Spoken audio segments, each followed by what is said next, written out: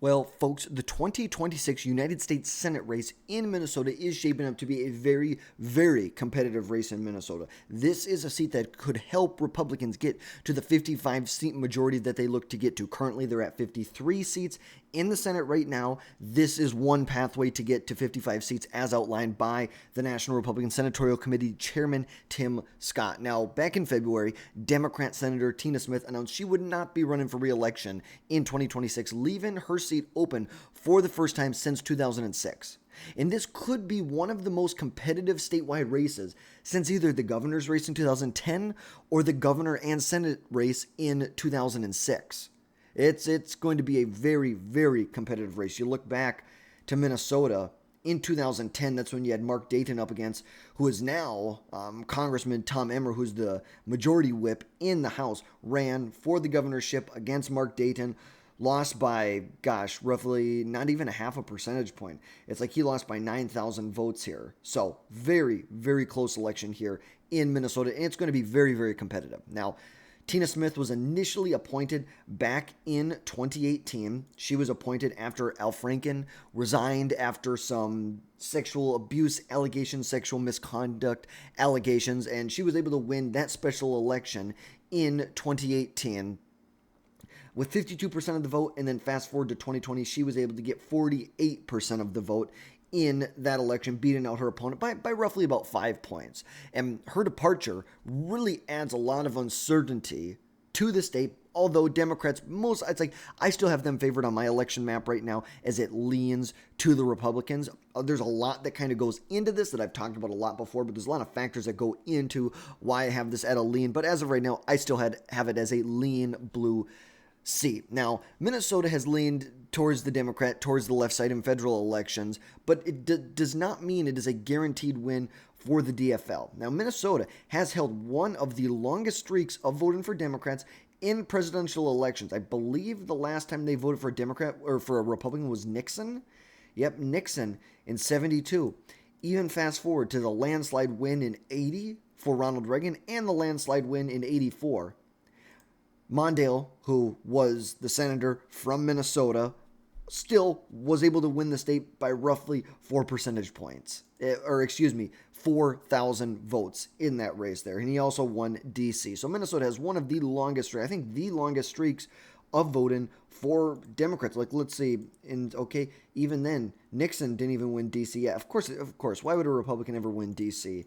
It's probably just never going to happen, if we're just being honest with each other. And that's why D.C. shouldn't be a state. They shouldn't get 2 senators, to be 100% honest with you. But getting back to this, the last Republican who won a U.S. Senate seat here was Norm Coleman in 2002. Very close election. If you're from Minnesota, you know this was a big election where Norm Coleman won by roughly, 40,000 votes, and he went up against former Vice President Walter Mondale because Paul Wellstone, who was the incumbent senator at the time, died in a plane crash actually on the day they were supposed to debate in Duluth, Minnesota. It was a very tragic day in Minnesota history, but Walter Mondale jumped into the race. Norm Coleman still was able to win. Went on to 2008, barely lost by about 300 votes to Al Franken in 2008. Like we said, very, very competitive race back in 2008.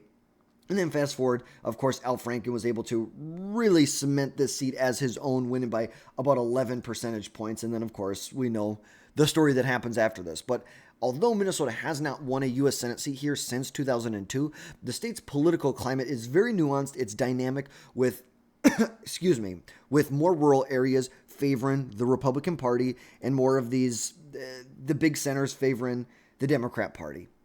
It's just as simple as that. And this is the offering on how the GOP could potentially have a pathway to a victory. Granted, just like every other state, this is how it works. You have the big cities where liberals run up big votes, and it all has to do with how do the rural counties perform.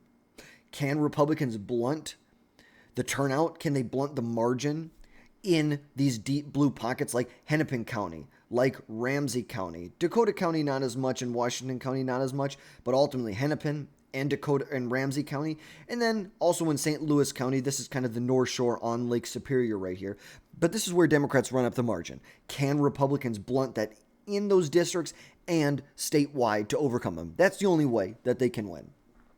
And as of right now, because Tina Smith is not running, it seems that support is coalescing behind current incumbent Lieutenant Governor Peggy Flanagan, who has been Tim Walz's Lieutenant Governor since 2019, when she wasn't elected. I think she was appointed because Tina Smith was Tim Walz's running mate in 2018.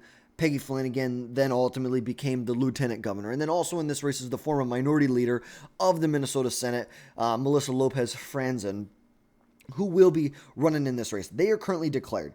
The big kind of question mark in this race is Angie Craig. She is the representative from Minnesota's 2nd Congressional District. It's been a competitive district the last couple of years, and Craig has really been able to cement this as a Democrat plus 10, plus 15 percentage points congressional district. She is very well liked in that district, and ultimately she is seen as the more moderate candidate if she were to jump in this race.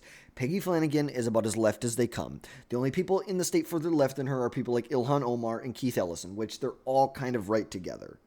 She is one of these radical Democrats who push hard to have tampons in boys' bathrooms.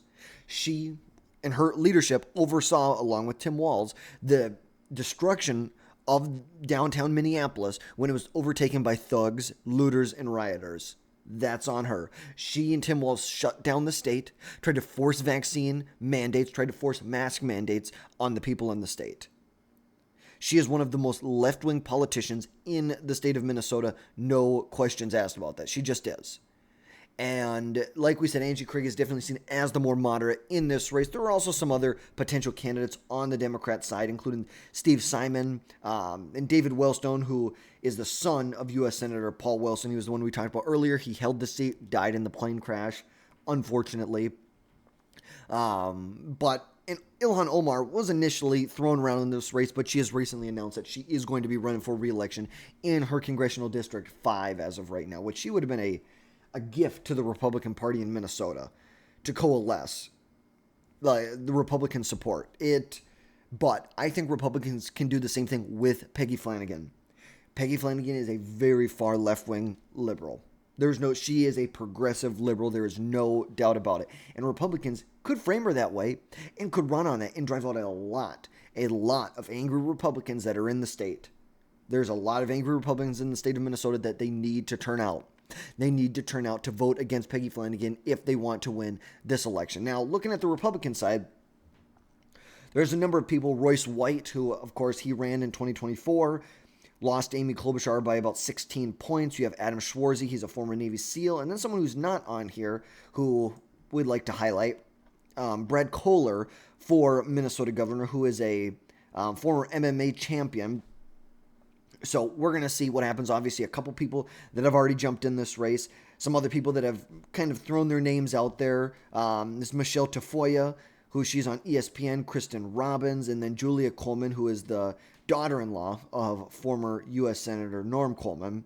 Some other names that would probably be good, people like Ryan Wilson, Kendall Quayles, Liz Collins. She's a journalist. I like her, but I don't think she'd be a good race.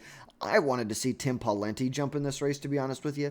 I really would have been happy if Tim Pawlenty was in this race. Like that would be great. And my thought is, for Republicans, if Republicans want to win the seat, they need to do a couple things. The Democrats need to nominate Peggy Flanagan. The Republicans then need to nominate someone like an Adam Schwarzy, someone who is a more moderate Republican. He is still an America First Republican, but he's much more moderate relative to people like Royce White. Because at the end of the day, you still need to be able to attract moderates, independents, voters who maybe didn't vote for Donald Trump. If you want to win this race, you need to win people who did not vote for Donald Trump in 2024. And Royce White is not bringing anyone new into the fold. Royce White excludes people from the fold. This could be a close election here. With Royce White, if Royce White is the nominee, this race is over.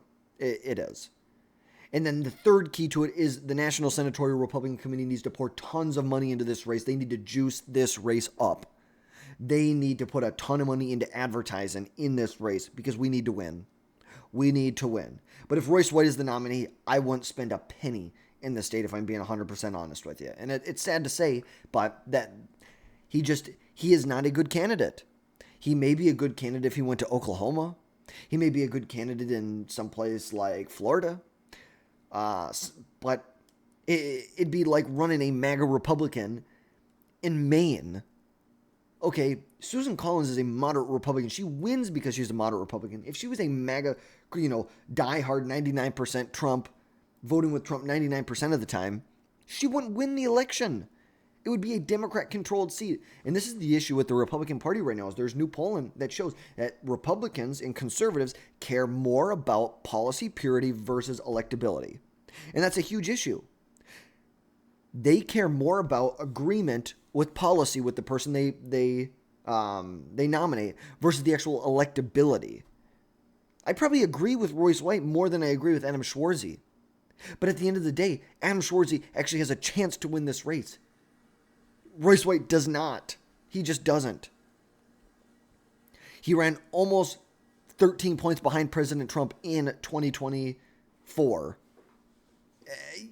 So that's just the reality of the situation we're looking at here. But this open seat is going to attract a ton of funding and attention from both sides, because the GOP does see this as a prime opportunity to flip a seat and gain momentum in a state that hasn't elected a Republican senator in over 2 decades and hasn't voted for a Republican in almost 50 years, almost 60 years.